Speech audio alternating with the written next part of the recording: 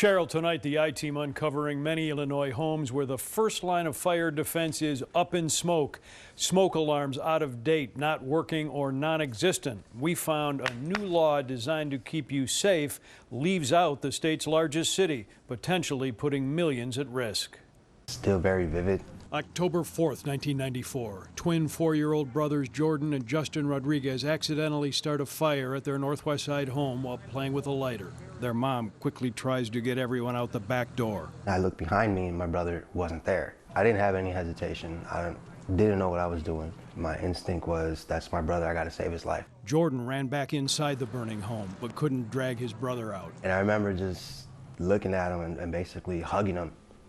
And if that would have been the end, I would have died with my brother. While the badly burned brothers survived that fire years ago, data obtained by the ABC7 I-Team shows today the likelihood of injury or death from a fire is increasing. Experts say new furniture and building materials burn quicker and emit noxious chemical smoke, cutting the time you have to escape a fire to just 3 minutes. The I-Team also uncovered a serious concern about the lack of smoke alarms in Illinois homes. Using data provided by fire departments after incidents, we found that only 53% of homes that had fires so far this year had working smoke alarms. Statewide, nearly half of homes in fire incidents unprotected by smoke alarms. We know that things need to improve for sure. Many suburbs beat the state protection average. Naperville, 86% of homes, Schaumburg, 79%, Orland Park, 60%. But in Chicago, it's much worse. Only 40% of homes involved in fire incidents this year had working smoke alarms. That's 60% unprotected. We need to start getting more of these smoke alarms into the homes because if we're not, they're at risk. On this recent afternoon in suburban Elgin, firefighters were going door to door near the site of a recent fire. Hi there. It's part of a statewide program to install thousands of smoke alarms across the state, run by the Illinois Fire Safety Alliance, a nonprofit that works with smoke alarm manufacturers First Alert and Kidde.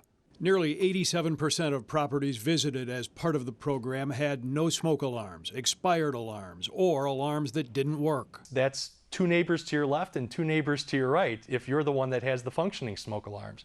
So it's a real scary number. It's hard to believe in 2019 that number exists.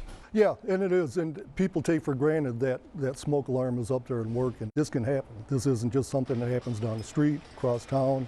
This can happen in your house tonight, and if you don't have one of these smoke alarms in place, functioning, it could happen to you. The Illinois State Fire Marshal and Illinois Fire Safety Alliance worked to pass a new law in Illinois requiring residents to install smoke alarms like these. They're designed to last 10 years and have internal, non-removable batteries. But the I-Team has learned Chicago is exempt from this new law. City officials tell the I-Team they believe requiring the new units citywide would be too costly. Why are they exempt? It makes no sense. Tonight, we've learned that an ordinance to require 10-year smoke alarms will likely be introduced in the Chicago City Council later this month. Chicago Fire Department officials say their aim is making certain Chicago homes have working smoke alarms and that they want to remove barriers in low-income communities to obtain smoke alarms. Before, that's made a requirement in the city of Chicago. We have an interactive map on our website to see how your area is doing with smoke alarms. Hey, if you like that video, be sure to subscribe to our ABC7 Chicago YouTube channel.